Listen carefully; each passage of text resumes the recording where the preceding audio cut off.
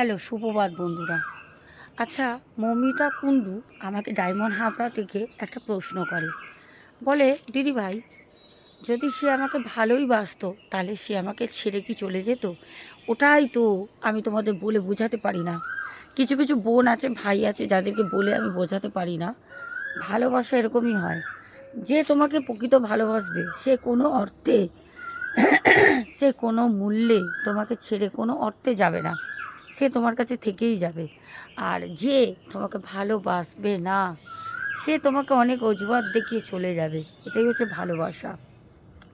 মৌমিতা বুঝতে পেরেছে নিজে থেকেই। মৌমিতাকে আমি আজ থেকে প্রায় 1.5 মাস আগে বলেছিলাম যে, মৌমিতা, তুমি যাকে এত ভালোবাসো, যাকে এত ভালোবাসো, মনে করছো সারা দুনিয়া তাকে, সে কিন্তু তোমার সাথে থাকবে না, 6টা মাসও থাকবে না।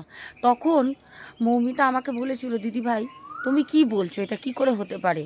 কারণ ও আমাকে খুব ভালোবাসে, ও আমার থেকেও আমাকে বেশি ভালোবাসে। কিন্তু আজকে দেখো, নিটফল জিরো, কিচ্ছু না। আজকে মৌমিতা সেই জিনিসটা বুঝতে পেরেছে। কারণ মৌমিতা বলে, দিদিভাই, হয়তো ওই সময় তুমি আমাকে বলেছিলে, আমার খুব খারাপ লেগেছিল ওই সময়টা, কিন্তু দিদিভাই আমি তখন নিজেকে শক্ত করে সামলে নিয়েছিলাম।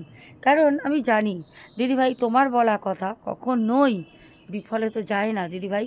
যাই হোক, দর্শক বন্ধু, তোমাদের এইটাই বলার ছিল যে ভালোবাসো, যাই করো, একটা জিনিস মাথায় রাখবে, যদি কারোর সম্পর্ক বিচ্ছেদ করে চলে যায় কোনো অজুহাত দিয়ে, তাহলে এইটুকুনি ভেবে নিও ভালোবাসাটা ছিলই না।